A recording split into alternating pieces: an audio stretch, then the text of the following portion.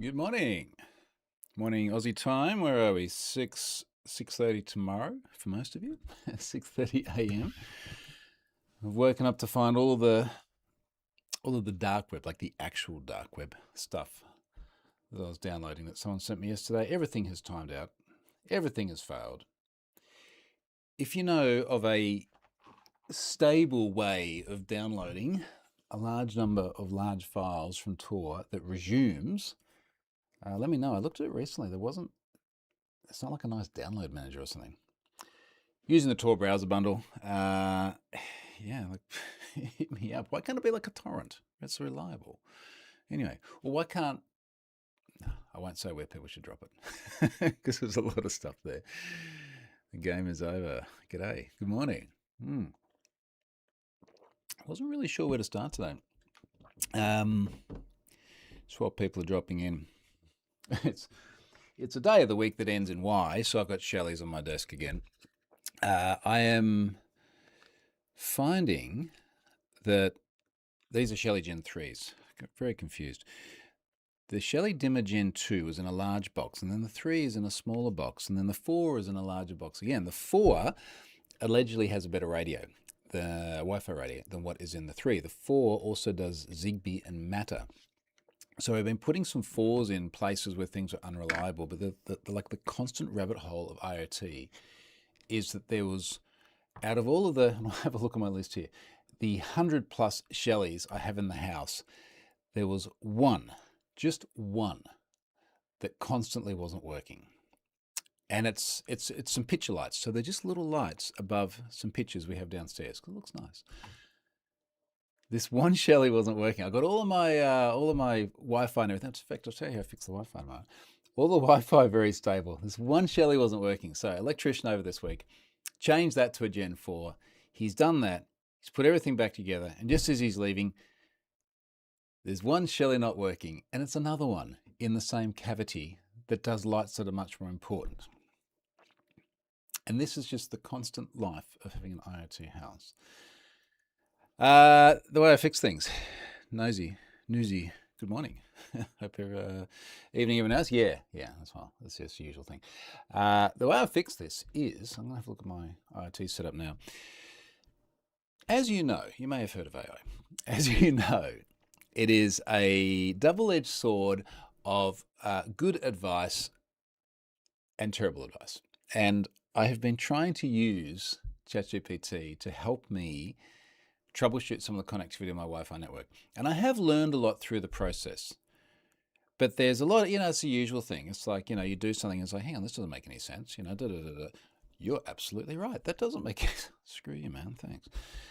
But one of the things it has helped me understand, is I've been screen capping my full Ubiquiti setup in terms of the AirView section. So if you've got a Ubiquiti network and you go to AirView, you can see for every one of your access points, you can see everything from the average signal strength. And you can do this by the 2.4 gigahertz network or the 5 gig network. So I'm on 2.4 gigahertz now, which is all my IoT network runs. I go to AirView, I've got 1, 2, 3, 4, 5, 6, 7, 8, 9, 10, 11, 12, 13, 14, 15, 16 access points in the house. Now it's a big house. However, when I put that into ChatGPT, it's like you're in a house and you've got enough access points for a stadium. So your problem is you're getting a lot of interference. And when we started looking at things like the average interference, there are some access points that just had a high rate of problems. There are also access points that had a very high rate of retries, which was part of the problem as well, and also very high airtime. So these access points were just like working overtime because there's just so much RF interference. And what I've eventually done is just disabled the 2.4 gigahertz radios on 1, 2, 3, 4, 5, 6 of them. And one of the other ones I've set the power to low. So this is part of the problem when you have a network that you can tune to that extent. There's a gazillion different things you can do. And that seems to have gotten me really reliable connectivity now. So of the ones that are left, my retries are almost all green. So you get a percentage retry. Once you hit, I suspect, 20% average transmit retries, it goes orange. So I do have 3 of them in the orange at the moment, but everything else is green. It's pretty good. it's all actually pretty stable. Now don't touch it. Don't touch anything. I think there's one other access point I might remove completely because it literally has one client on it that I don't think it needs. Anyway, I left the 5 gigahertz network running on everything. There's more channels. There's more RF spectrum, I believe is the right term. And it goes well. Scott's here. G'day, mate. You still in Oslo? Yeah. Cest 32. Bonsoir. From the Beaujolais. Oh, very nice. Very cool. So, anyway, that's pretty much fixed the IoT stuff. So now I've just got that one dodgy Shelly. And because I mixed up which version is which, I now have the really good Gen 4 ones sitting behind me on these lights. So I've got lights. I can now Shelly all of these on, can't I? I wonder how that looks. I go into my Home Assistant and I go into Troy, and that is in the bulkhead. Let's see how that looks. Oh, look at that. Light behind me. I don't know if I even need that. It does light up the Lego though. Maybe turn that down a little bit. That's 100%. Down a bit. How's that look? I don't mind that. Okay. Newsy says, hoping you've heard about this. Would be interested to hear your take on the new California resort laws mandating age verification age checked. I was going to put literally a headline for this live stream about age checks, and I decided not to because every time I talk about it, people lose their freaking minds. We'll talk about that later on. Let's talk about breaches first. Last week, let's look at the chronology of all this. Last week, when I did this live stream, there was the Odido breach. So Odido is the Dutch telco, and the hackers, the shiny hunters, had been threatening to dump this data. I'll have a look actually. What is on their dark web website today? Do they have any more data? So they were threatening to dump all this data. They had started dumping it when I did the live stream last week. So if I look at the chronology on my X account, by that time, I think they dumped the first one, and then we did maybe they dumped the second one. Anyway, they were threatening to dump it in troves. Eventually, they have dumped all of this Odido data, and we are up to a total of 6.1 million unique email addresses which were released. Now, this gave us unprecedentedly high traffic from the Netherlands. I think probably a quarter of all Dutch people, based on our stats, used Have I Been Pwned last week, which was pretty wild. Now, this was massive news. I spoke to a few of my Dutch followers or friends over there. Massive news in the Netherlands. It was on all of the news outlets because Odido is just such a big brand. They were obviously getting extorted. This is what the shiny hunters do. They take your data and then they go, it'd be a shame if something was to happen to your data. Give us some money, and nothing will happen to it. Inevitably, they didn't get money. So they've dumped it all publicly. Now, the interesting stuff on there are bank account numbers. So the IBANs on there. It's not usable in and of itself. And Odido, to their credit, they did do a full sort of disclosure notice. That is linked through. In fact, we'll just drop that in the chat down here and you can see the whole Have I Been Pwned page for it. On their disclosure notice, they've been very transparent about it all, as best I can tell. In fact, they were talking about things that were compromised before I even saw them. They were talking about driver's license and passport numbers. They were not in the first stash of data that was released. They were in subsequent stashes. So yeah, there's that as well. So people's driver's license numbers, passport numbers is not good. European ID numbers were there as well. So that's a problem. Looking at the Have I Been Pwned description, dates of birth, email addresses, genders, names, physical addresses, customer service comments as well. Now, I had to figure out the right Dutch words. My Dutch is very rusty now. But I had to figure out the right Dutch words. But yeah, like if you call up customer service at your telco and you abuse them, you will have a note on your record explaining that you're an abusive customer and possibly some of the things you said. And that's what was in there. So a lot of stuff in there. I guess now it's like all the InfoSec excitement about that has died down because everything has been released. There's nothing more on the Odido front, but I imagine that the cleanup for the folks there is going to be very long. I imagine our friends in the Dutch police have had a lot of time to spend helping these guys get to the, I guess, sort their stuff out. I think particularly because of the way this event was handled, the Shiny Hunters folks are certainly going to be in the crosshairs for that one. Looking at it now, their Onion service is down, but it has been flaky anyway. I think they've possibly had quite a lot of traffic. I think that is the right address. It's not loading. I'm not going to share the links, obviously, but one of the things I found with the Odido breach, Dutch Twitter is very active. There's a lot of people on Dutch Twitter. I know this because I got up, it must have been like Saturday morning or something, and it's just like Dutch everywhere on my Twitter feed. Very, very active. I noticed a lot of people sharing links through to a clear website address, IP-based address, that was sharing this data. Now, again, I'm not going to actually put it here, but I did take a note of this because these tweets that we're sharing it are going to be in a future presentation of mine, because I think it's quite interesting. Let's have a look. Yep, here's a good example. Actually, there were two things here. So one was individuals themselves sharing links to the data. The other was someone's literally said, Grok, where do I find the data? And Grok's like, here's the IP address with all of the data on it. Now that Grok page is now gone, which is probably a good thing. I'm going to have a look at another tweet that was here and see if that, I mean, then again, what do you expect from Grok? Seriously. Yeah, there's another tweet here that has the IP address that is still there. Is that IP still active? Let's have a look. Again, I'm not going to send people there. If you want to know if you're in there, haveibeenpwned.com and search for your address and you'll find out. That IP is so far not responding. So it may be that that's now gone as well. But anyway, that'll be good conference material because, yeah, that IP is timing out. So maybe all of their infra is down, which is interesting. There was a big takedown this week. The Leakbase service got taken down by FBI and coalition of partners. This stuff keeps getting taken down, and then it will phoenix back up as something else. But in this case, it looks like the IP is down. The dark web site at the moment is down. Who knows whether that is a permanent thing or not.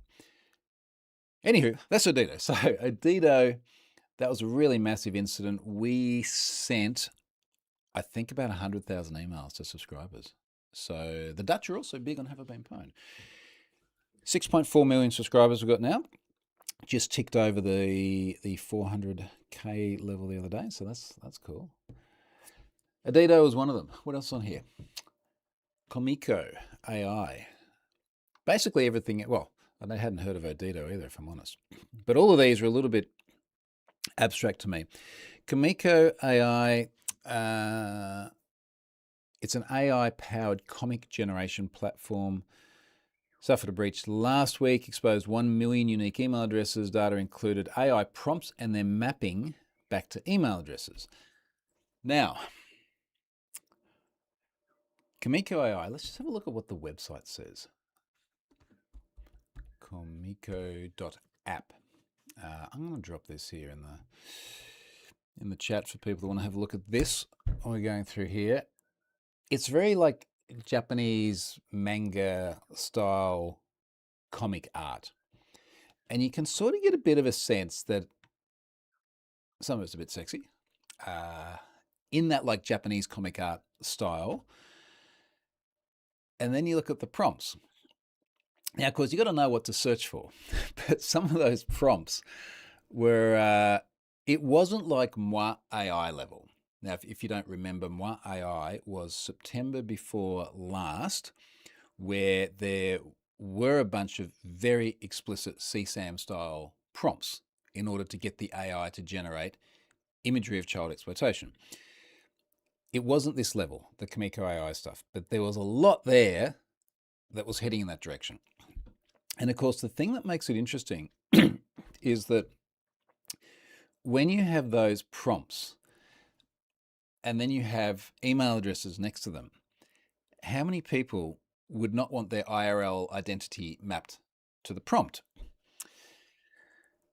Now, there is often the argument. In fact, let me have a look. I don't know if they put this in their disclosure notice.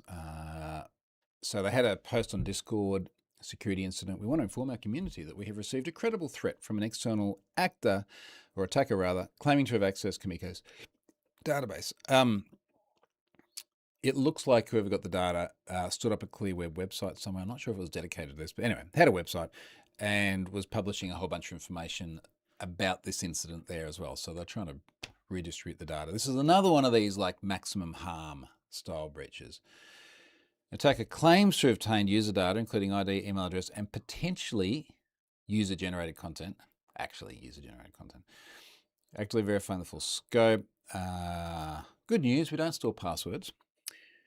We do store the prompts of what you would like the girls in the cartoons to be doing, and we map that to your email address and your name, but we don't store the passwords. So I was like, what we're still investigating, exact scope, how the attack gained access. I have a feeling, if I got my iPad, something on Discord popped up like yesterday about this. Where were we? It's just always fascinating to see how organizations respond to these incidents. Yeah, Komiko.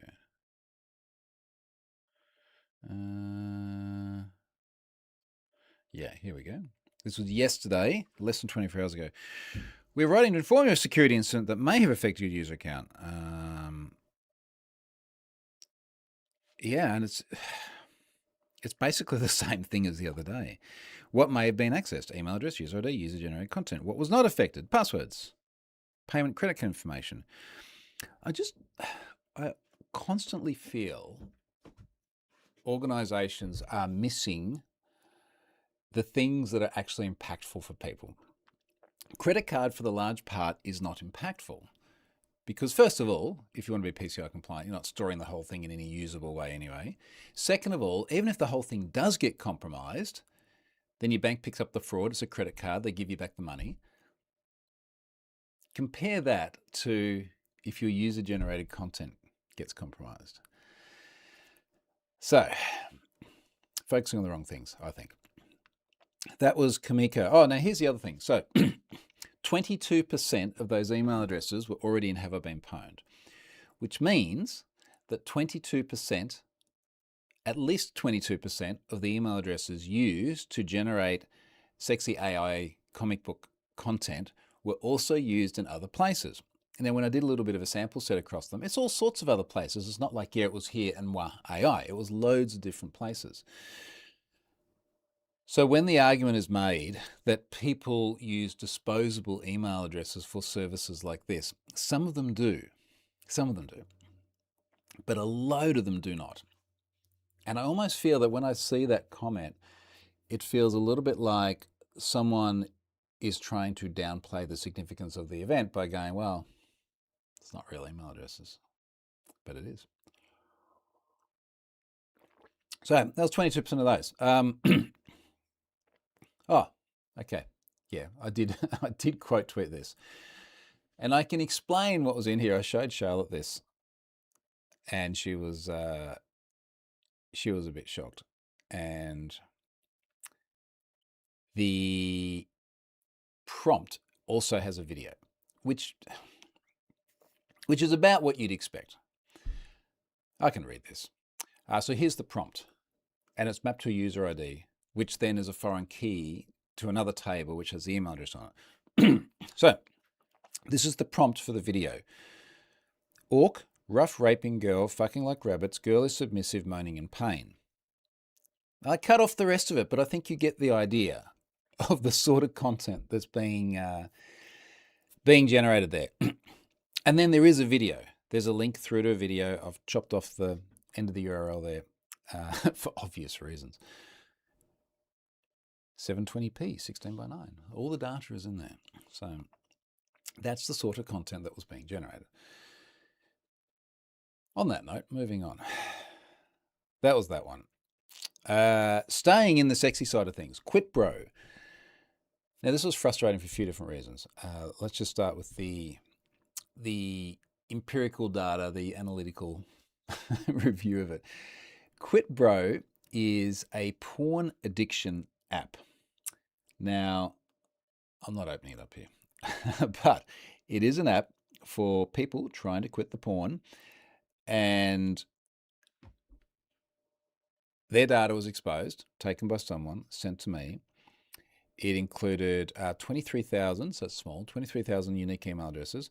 Also included year of birth and last relapse time, which I assume, based on the nature of the app and the name of the column, was the last time that the owner of that account went and looked at porn and then admitted it to the app.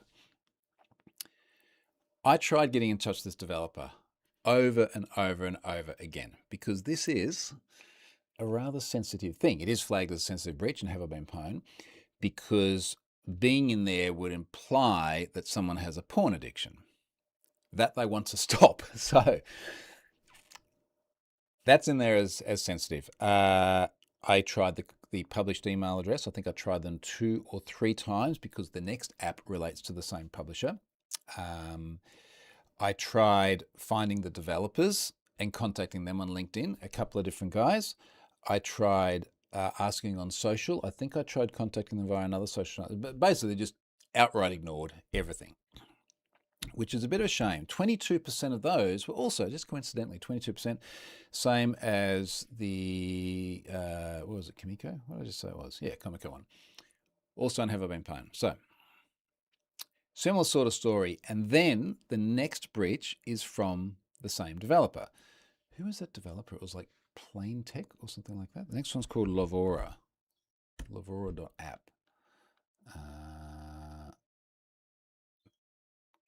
Hello world, welcome to WordPress. Okay, that's great. Lovora, was it Plain Tech? Plain Tech? Plain Tech? I don't know. Plain Tech. No, I've gone on somewhere completely different now. Anyway, just trust me, it was something like that. So they build an app. Get that turned back. They build an app which is a relationship app. Now, I did download that and had a look at it as part of the verification process. And it's just like it's innocent, but you and your partner both use it and you both ask each other questions. You know, what was the first time you did this, or what was your favorite whatever, or, you know, it's innocent enough. 496,000 unique email addresses. Also exposed last month, data included display name, photo, and other personal info. The developer did not respond to contact attempts. I was meant to say multiple contact attempts. Anyway, you get the idea.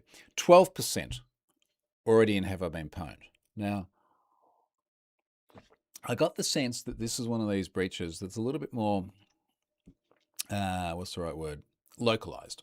I got the sense it was an Indian developer, and the content there was largely folks in India just by looking at the names and email addresses and so on.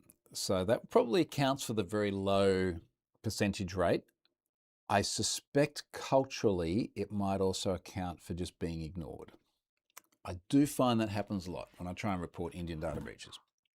I can only speculate as to the reasons why, but that is definitely a pattern. So, yeah.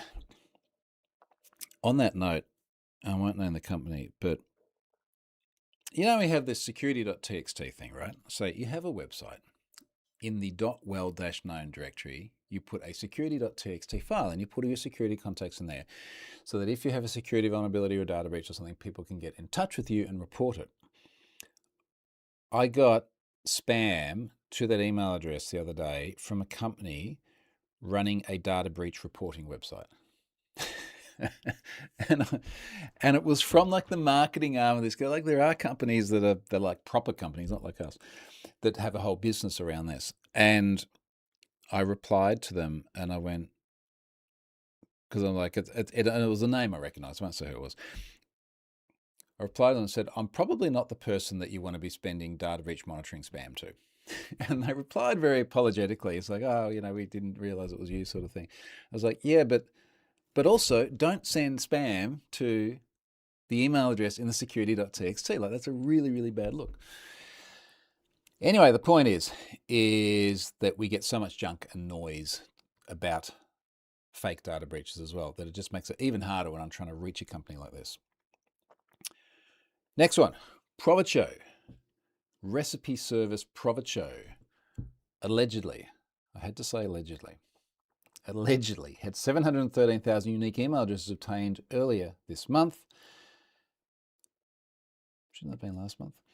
Data also included username and the creator's accounts followed. And the creator's accounts followed. Ah, yes, a bit wordy. I feel like I'm trying to get some ChatGPT help in formulating these breach messages. And sometimes, at first glance, it looks all right, and then I read it and it's weird. 73% of those already have I been pwned. Now, if I read the actual breach description here on have I been pwned, it also says Provecho has been notified and is aware of the claims surrounding the incident. I reached out to them. I got a reply. They would like to look at the data. They did look at the data. I sent them a link to the data. Just looking at what I've sent them here. Yeah, they definitely got sent the data. And then they didn't reply. And I followed up, and they didn't reply. And that follow-up was something to the effect of, I need to get notifications out to my subscribers, please share your disclosure notice and I'll be happy to include that information. Didn't hear back. Another few days, and it's like, I'm going to notify my subscribers on this day. If there's anything else you'd like to share, please send it through. Still didn't hear back. So I heard nothing back, and there's 713,000 people there. It's just, I don't know, man, it's wild. It's like, you just get totally ignored. Okay, that was Provecho. What else has happened since then? There was another one. No, that was actually the last one. The other one that's here is something completely different. Now, everyone's really quiet here. Is the chat working? Let me try my backup machine. Send a wave. Can I do that? Last week I had problems where the camera just like unexpectedly dropped out. See if that goes through. Yeah, it does go through. Yeah, that is my my other Troy Hunt account. All right, it's working cool. Yeah, last week camera just completely dropped out, and then I was trying to add it back in, and then I ended up just like screen sharing because I had to put something on the screen. And anyway, it is not a technical glitch.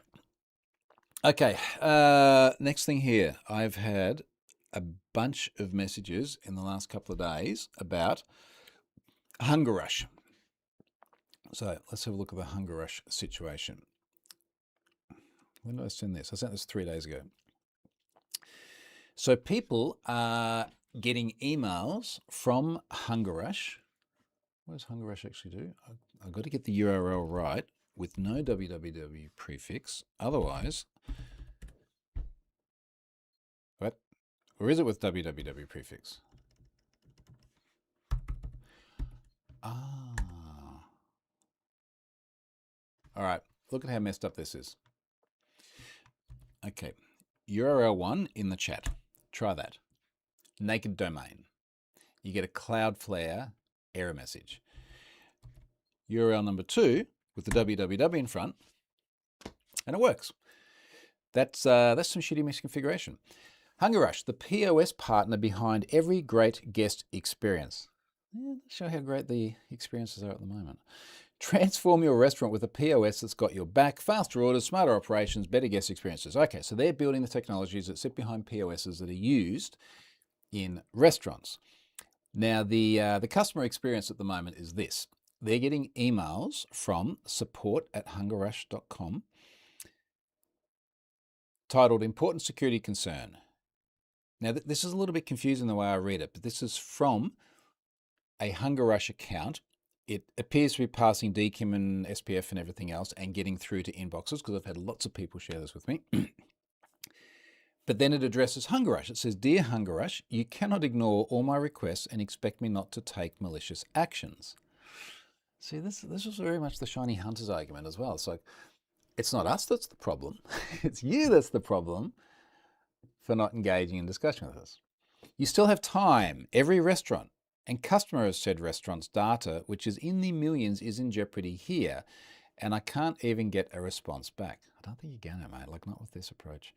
Not to worry, there's still time left. You know where to contact me. And then there's like P a bunch of stars at protonmail.com. Come back to ProtonMail in a moment too.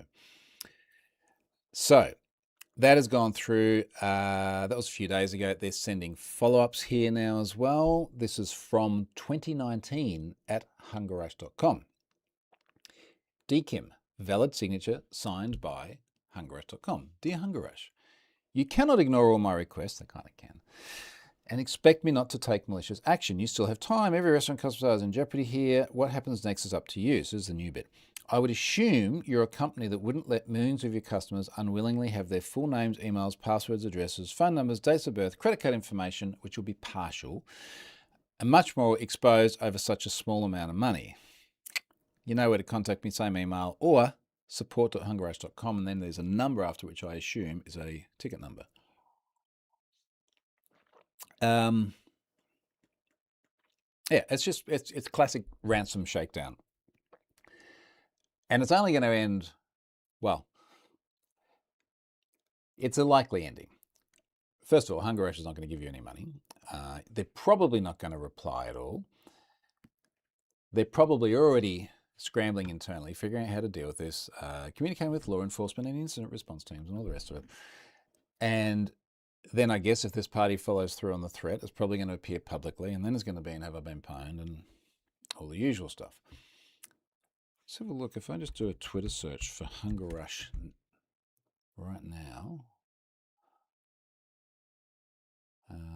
let's have a look at the latest here. Some news here. Customers of restaurants using HungerRush point of sale platforms say they received emails from a threat actor attempting to extort the company, warning that restaurant customer data would be exposed. Now, this is on Bleeping Computer. Let's see if they got a comment from HungerRush. Update, added HungerRush statement below. So we've got all the extortion emails here. Email headers also confirmed that the message passed SPF, DKIM, and DMARC authentication. So it's from their services. Numerous people on Reddit reported having it. Alon from Hudson Rock has posted on LinkedIn that InfoStealer logs indicate a HungerRush employee's device was allegedly infected with an InfoStealer in October last year, leading to the compromise of credentials. According to him, the malware stole numerous corporate credentials, including those used for the company's NetSuite, QuickBooks-related services, Stripe dashboard, that's bad, Bill.com vendor payment system, Visa online commercial services, and Salesforce environments. That's really bad. Okay, HungerRush has confirmed the breach. Confirmed to Bleeping Computer they are aware of the incident and have notified law enforcement. What are they saying? We are aware of the situation and are actively investigating in coordination with the appropriate authorities, HungerRush told Bleeping Computer. Our teams are working quickly to understand the scope, address the issue, and implement any necessary remediation. Protecting our clients and their customers' data is top priority, and we are treating this matter with the utmost urgency. In a later update, the company says the incident is not linked to the InfoStealer infection seen by Alon Gal. Instead, they say the threat actor used a third party's compromised credentials to breach its email marketing service account. Well, that would reconcile with being able to send emails on behalf of the company. This allowed the threat actor to gain customer contact information, which was used to send the unauthorized emails. It's not just contact information, though, because obviously come from their infrastructure, hence the DKIM signing. HungerRush disputes the threat actor's claim, stating that no sensitive personal or financial information, such as passwords, dates of birth, social security numbers, or payment card information was exposed. Well, we might find out soon. As a precautionary measure, HungerRush disabled access to the affected email service to prevent unauthorized. All right, so it's largely just the normal stuff. It's in the comments. Funniest part to me was that the Proton email address was exactly as shown in the article, with most of it deleted by asterisks. That's going to make it hard for folks to fall for the scam. Huh. Yeah, but it's not a scam. Like Lawrence Abrams, who is from Bleeping Computer, says it does not appear to be a scam, but more of a warning shot to HungerRush, who likely have the full contact info for the threat actor. So they've obfuscated the Proton Mail email address that's been sent to individuals. But yeah, it's a warning. Right. Okay. So that's HungerRush. Next week we may be talking about that being an have I been pwned. Let's talk about the age verification thing. Someone asked earlier on about that. Now, let's see how pissed off people get about this. As a reminder, Australia on the 10th of December implemented a mandatory, I'll rephrase that, how they phrased it.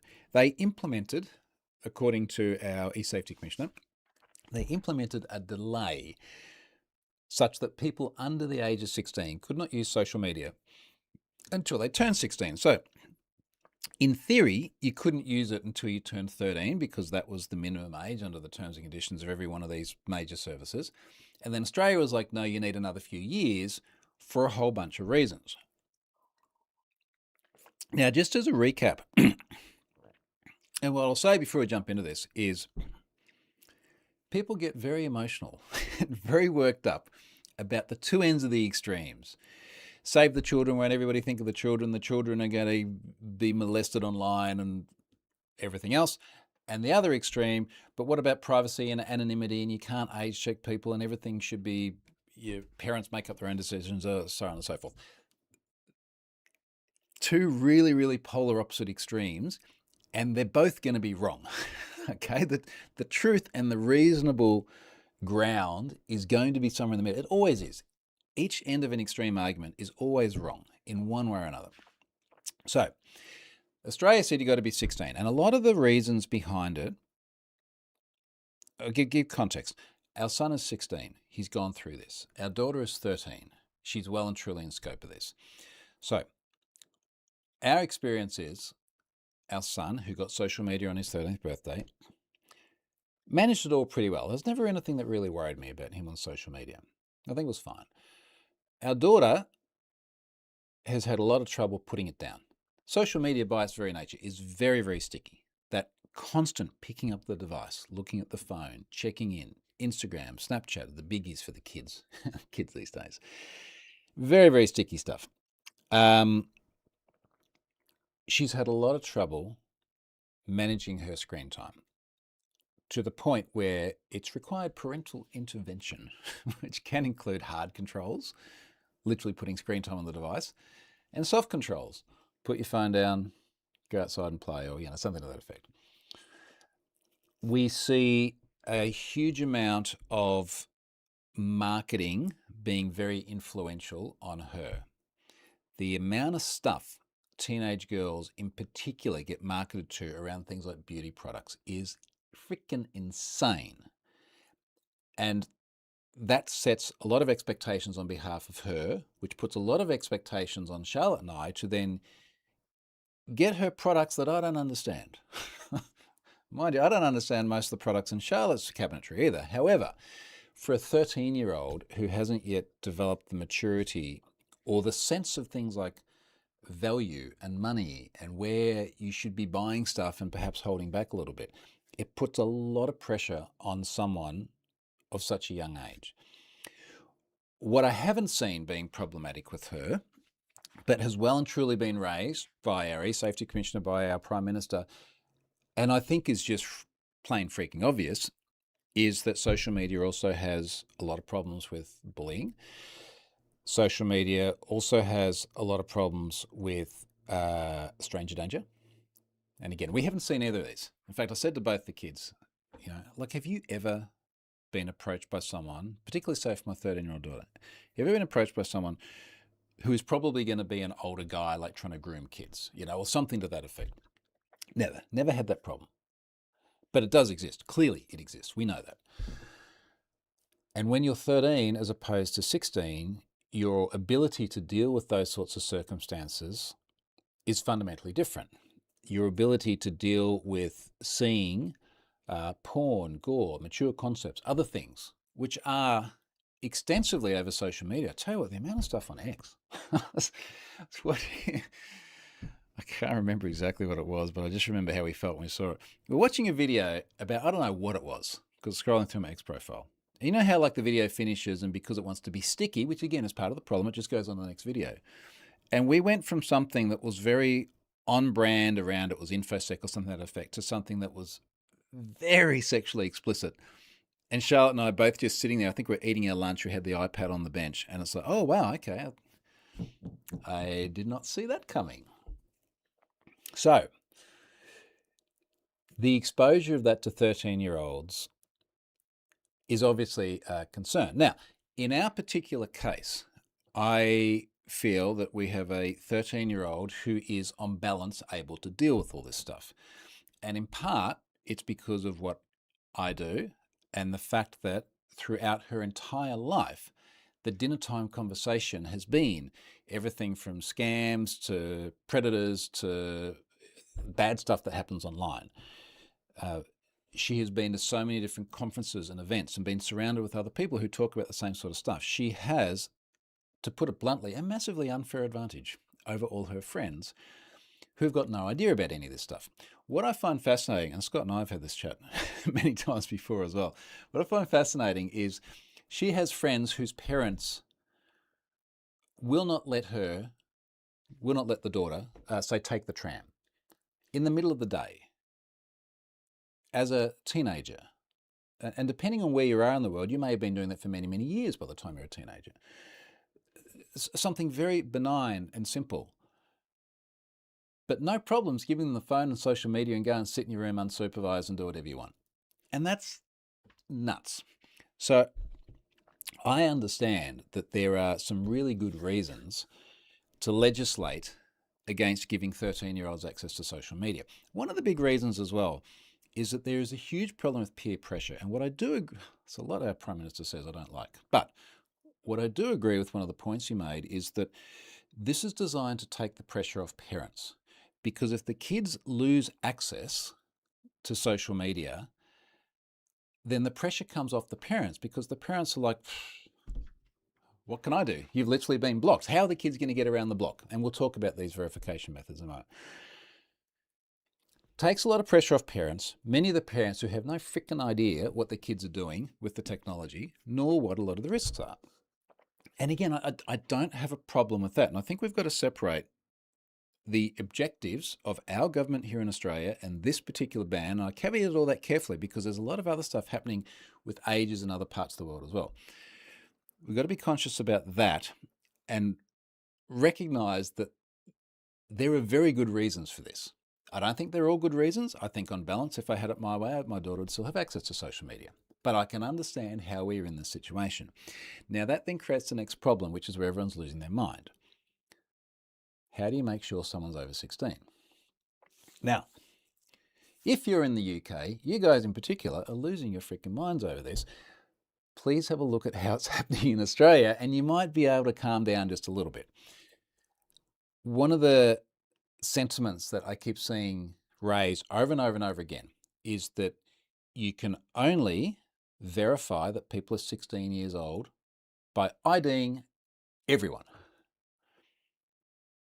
And in a very, very simplistic view, that sounds like it makes sense. It's like, yeah, well, anyone could lie about their age. We have to make sure they're over 16. But then you start thinking about it a little bit more and you go, well, at least the way our legislation is written in Australia, the legislation was never about IDing people. The legislation was making sure you're over 16. And there's something to the effect of by using reasonable means. You know how lawyers always have the word reasonable. Now, here's a reasonable means. x.com/Troy Hunt. Joined April 2008. It would be a reasonable conclusion that I am over 16 by a lot. Same with my Facebook. And by virtue of that, my Instagram. Not so much my Blue Sky. And that's where it got interesting this week. Up until this week, I had never been challenged to ID myself or prove my age. Let's use the correct term. I'd never been challenged to prove my age on any social media platform at all. Now, interestingly, my 16-year-old son, never been challenged to prove his age. 13-year-old daughter, definitely been challenged and had social media removed. So it actually seems to be working reasonably well. Now, Blue Sky, you can kind of understand because I've had my Blue Sky account for, does it tell me? A couple of years, tops. I mean, I have a footprint there. just in case it becomes popular one day. It's a little bit like with Mastodon. It was when Elon went a bit crazy. Let's have a footprint there. It doesn't actually tell me how long I've been there. Let's say it's 2 years. Now, arguably, if Blue Sky only has 2 years worth of data on me, I could have created that when I was 13. I was old enough to create the platform, or rather create the account on the platform at the time, but I now may not be old enough to comply with the Australian legislation. Now, a really important point here, the legislation in Australia, all of the pressure is on the social media companies. These social media companies are the ones who are obligated to do the age verification, not the kids, not the parents. This is something even our daughter's school doesn't understand. It is not the responsibility of the parents, it is not the responsibility of the kids, it is the responsibility of the social media platform. And one way you know that is because they're the only ones who get fined if it's not done properly. So I got challenged by Blue Sky. Now, when you go to my Blue Sky profile, you see my photo. It's my face. It's my name. It's my website address. My Blue Sky profile aligns with my IRL profile. Digital in real life are the same. In my circumstance, I'm caveating this, don't lose your freaking mind yet. In my circumstance, I don't mind my digital presence being mapped with my IRL presence. Not everybody is the same. This is a really important thing. Privacy is enormously personal. There are many people out there. Let's just go home. I'll see if I can find other people here. Well, okay, this is Sydney Morning Herald. Okay, that's clear. TechCrunch, clear. Asher Wolf, clear. Who else is on my profile here? Okay, so far everyone I've seen here has got their real name, Lorenzo. Real name, real photo. There are definitely people on these platforms. Hang on, here's someone. Unsafety squat bar. I lost the ability to read in the freaking clean. Please be gentle. He, him. Funny photo. Okay, let's just drop this in. Drop this in the chat because we'll use them as an example.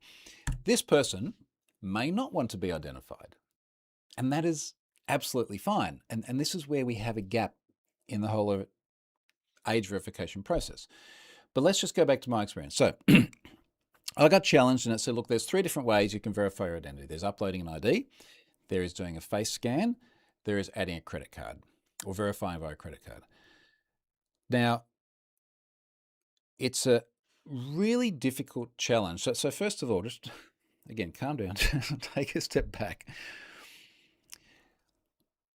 Laws have been passed here in Australia. They are coming to the UK and other parts of the world as well.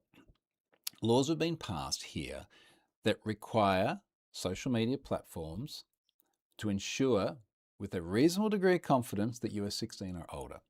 So they have to follow the law. That is the way it works if you want to operate in a country. I saw people, in fact, I tweeted this morning, someone losing their mind that Proton Mail had provided information about a user to the Swiss government at the request of the FBI because they have bilateral treaties where they can request information. They're a Swiss company operating in Switzerland. You have to adhere to the Swiss law. You know what happens if you don't? It's not good. Like that. That's the way it works. So in this case, Blue Sky has to adhere to the law here in Australia if they want to operate here and not have major problems as a result of it. They then use a service called KWS, Kids with Safety, I'm trying to remember. Anyway, an identity verification service. Now, actually, maybe that's not the right word. Is it identity verification or age verification? Because the two things are different but related. I'll give you an example of what I mean. We got digital driver's licenses in Australia recently. Now, let me see if I can show this to you on the screen or not. And when you think about the way you use driver's licenses here in Australia, two primary ways. Number one, to prove you're old enough to buy beer. Okay, you got to be 18. Number two, you get pulled over by the cops for doing something probably perfectly not quite innocent, and they need to see your driver's license. Now, when the cops pull you over, they need to see everything. They need to know your name. They need to know your address. They need to know what you're actually licensed to drive. when you buy the beer, there is one thing they need to know, and that is that you are 18 or older. So when we got digital driver's licenses here, we got the ability to share. When I go down to show, so I can't show this on the screen, but I can go down to show QR code. I can show that QR code, which has my photo and a code next to it. Someone can scan it. Same app can work as a scanner as well. So like a doorman at a bar or something can have it. Scan it, and then I can choose what I share. And in this case, if someone did ask me for my age, it's not going to happen. But let's just say I looked a lot younger and someone did. I could just share an attestation that I'm 18 and older, and that would be it. And I have no doubt, certainly here in Australia, this is the goal, to make sure that you are 16 or older. I see zero evidence whatsoever that this is a secret government conspiracy to attach online identities to IRL identities. Every piece of evidence we see about the way this is working is to make sure you're 16. I put out a Twitter poll recently on this. I was like, if you're an adult in Australia, have you been asked for ID yet? Yes or no? And more than 80% of people had not been asked for any form of ID, because there's sufficient data already for most people about how old they are, or at least the fact that they are over 16. So Blue Sky has to comply. They've used KWS. KWS has given us these three options. Now for me, I would not care if I did a scan of my face, because my IRL identity is the same as my digital identity. For other people, Unsafety Squat Bar, maybe he does care. And that's fine. And this is where we now have a problem, because if he wants to truly be anonymous, and even then there's a question, so who does he want to be anonymous from? Does he want to be anonymous from the public, or does he want to be anonymous from the platform? And then there's the counter argument that if he wants to be anonymous from the public but not the platform, but he provides ID or any form of identity verification to the platform, and then that gets leaked, then we have a problem. Valid concern, very valid concern. So in this case, he'd have to make a decision. If I want to stay on the platform and I'm in Australia, do I scan my face? And here's the bits I don't have all the answers for. Let's say in the case of KWS, does KWS retain that face? Do they have any knowledge of the fact that when Blue Sky is doing identity or age verification, again, I've got to get that term right. When Blue Sky is doing age verification, do they send to KWS the fact that it is Unsafety Squat Bar? When KWS, and that bit I don't know. I don't think they do. If someone knows, I'd love to hear the answer to that.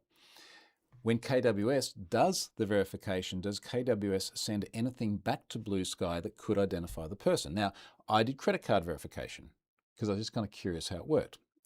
It did an authorization for 10 cents on my account. Was anything sent back to B Sky about my credit card data? I don't know. So I'm just wondering who has the pieces to join it together, because I think that's a really, really important technical question. Persona is the other one that pops up a lot at the moment.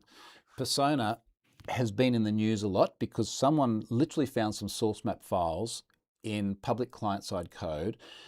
And if you listen to the Risky Business podcast about this, I think the way Pat phrased it is someone added 2 and 2 together and got 50. So suddenly there's this blog post about billions of people having their identities compromised, which appears to be completely wrong. But the question is, whether it's KWS or Persona, and I'm sure there's others as well, how much knowledge is there between the social media platform and the age verification platform about who the party is? I think that's a really, really important thing that these platforms, whether it be the social platform or the age verification platform, need to do a better job at explaining. Even then, people will still be upset because they'll say, well, there's still the technical capability. And they're right, that there is.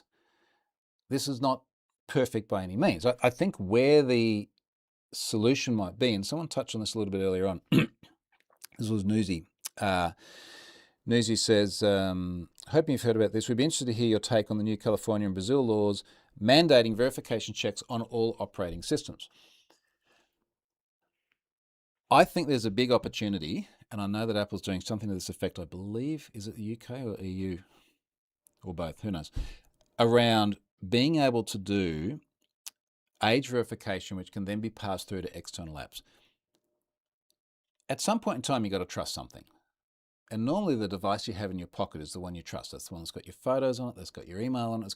This is the device that knows everything about you. If this device was able to attest that you are, in the case of social media, 16 years or older, with a high degree of confidence, remembering this is not one of these things that needs to be perfect. This is not accessing your bank account. You don't have to get it 100% right 100% of the time. As I said before, with the whole social media thing, if 80% of 13-year-olds lose access to their social media, the other 20% have lost most of their friends, right? So their behaviors will change anyway. We don't have to get this 100% right. We just have to get it right enough. Anyway, going back to the point, if your device had a high enough degree of confidence in your age, or at least it doesn't need to know my age. It just needs to know, in this case, that probably two things. Well, three things. Am I over 13? Am I over 16? Am I over 18? 13, because you need that for a lot of platforms. 16, because of Australia and the laws coming to the other parts of the world. 18, because of adult content. If it just had that degree of confidence, to my mind, that would satisfy everything that we need here. And it would also satisfy the people who are like, well, this is just the government trying to get up in all your things and try to take all of your online identity and map it to your IRL identity. I do not think that is the case. Where I get to spend a lot of time with governments and law enforcement agencies, and just hear me when I say this, they are normal people who put their pants on one leg at a time. They have kids, they have lives, they have a wish for privacy, they have a wish for all of the things that we want in life as well. The idea that there are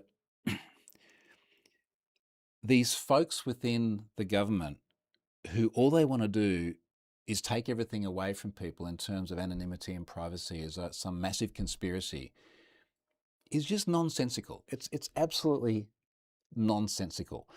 And the only thing that we're kind of arguing about here is when you look at that spectrum between protecting the children and protecting the anonymity, where people are on this scale. But if you completely ignore one or the other end, you've lost the plot. Let me look at the comments here from Newsy. We'll go back to the first one here. My concern in terms of the UK is how the Online Safety Act, the RSA, was implemented. It was rushed and there weren't the data safeguards put in place. The concern is that SM age verification will be similar. Social media age verification will be similar. The RSA has obviously copped a lot of criticism in the UK. You do seem to have more than your fair share of political problems in the UK as an external observer. Newsy's then gone on.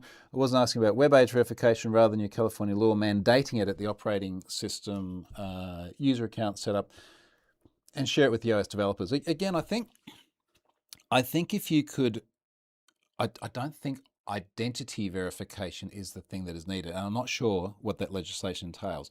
I think the thing that is needed is the ability to attest to some basic principles around things like age. I really don't think, unless you have a fundamental disagreement, for example, with 13-year-olds being delayed from social media, I don't think most people have a problem with the principle. Let's pick an easy one. I don't think most people have a problem with the principle of keeping children away from porn sites. I don't think people have a problem with that. We have a problem with the implementation of it. If you have to ID yourself to participate, excuse me, to participate in something which is deeply, deeply personal and stigmatized, that's the thing we have the issue with, not the fact that you need to be an adult to do it. Paul Gook says, doesn't PII play into this? Is a person Is a person's racial identity potentially an avenue for bias by the platform? I don't think race factors into this, but are there any cases where you need to racially identify yourself? We're possibly lucky right now that our Western governments aren't dictatorships yet. It kind of depends which country you're in at the moment.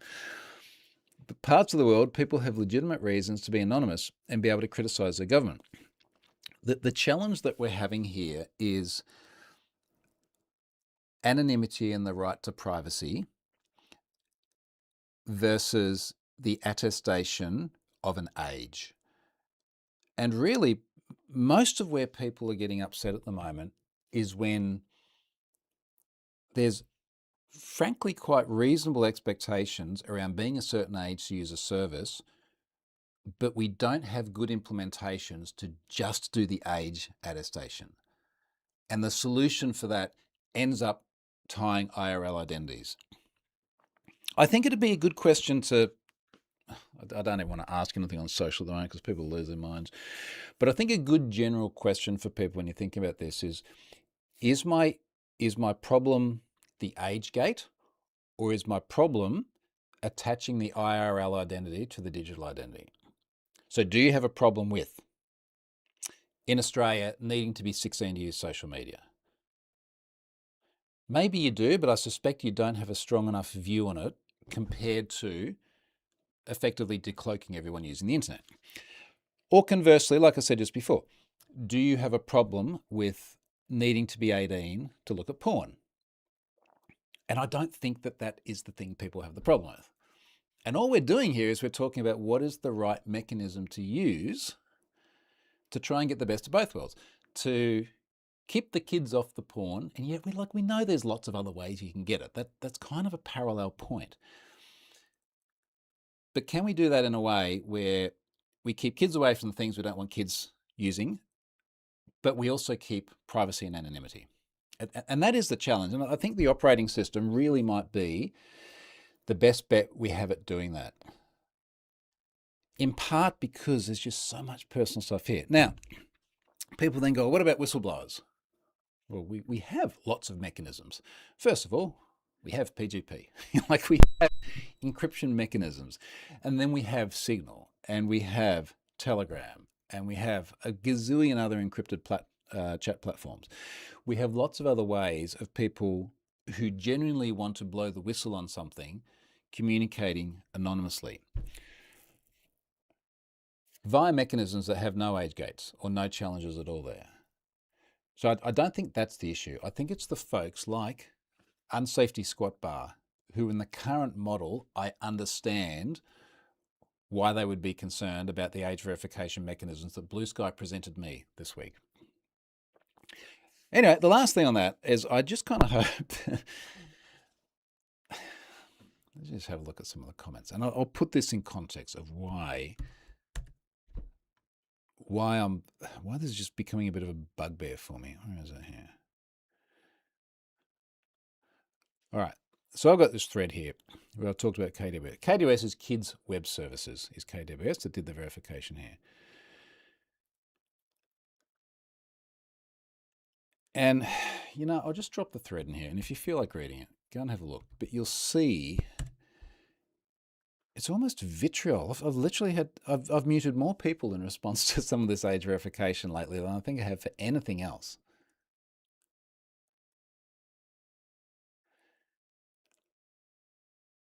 Yeah. One of the themes, and it's come through from a couple of people say, given the service you run, you of all people should respect privacy. Well, yes, but this is why we're having the discussion.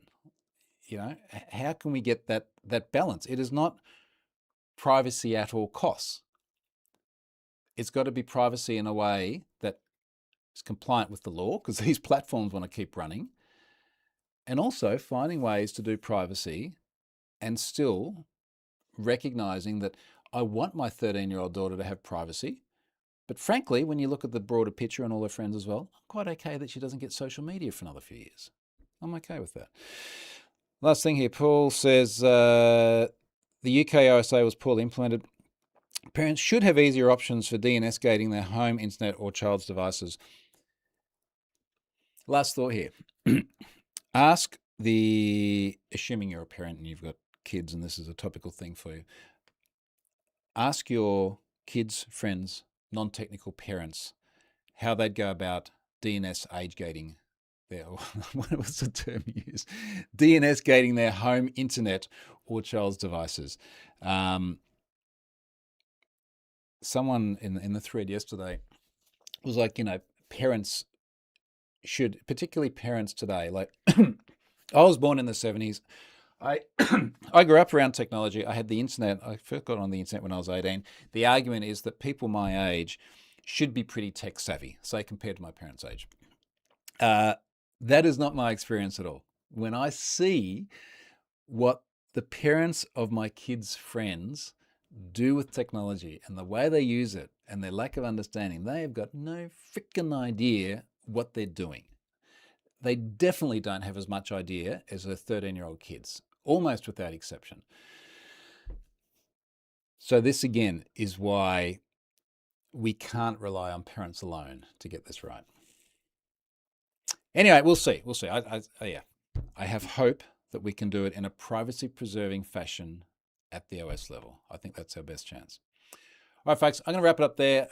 We'll see what comes up next week. I'm sure there'll be more data breaches and stuff. I think I'm going to do this on Friday next week, a day earlier, because I'm going to have a little getaway on the weekend.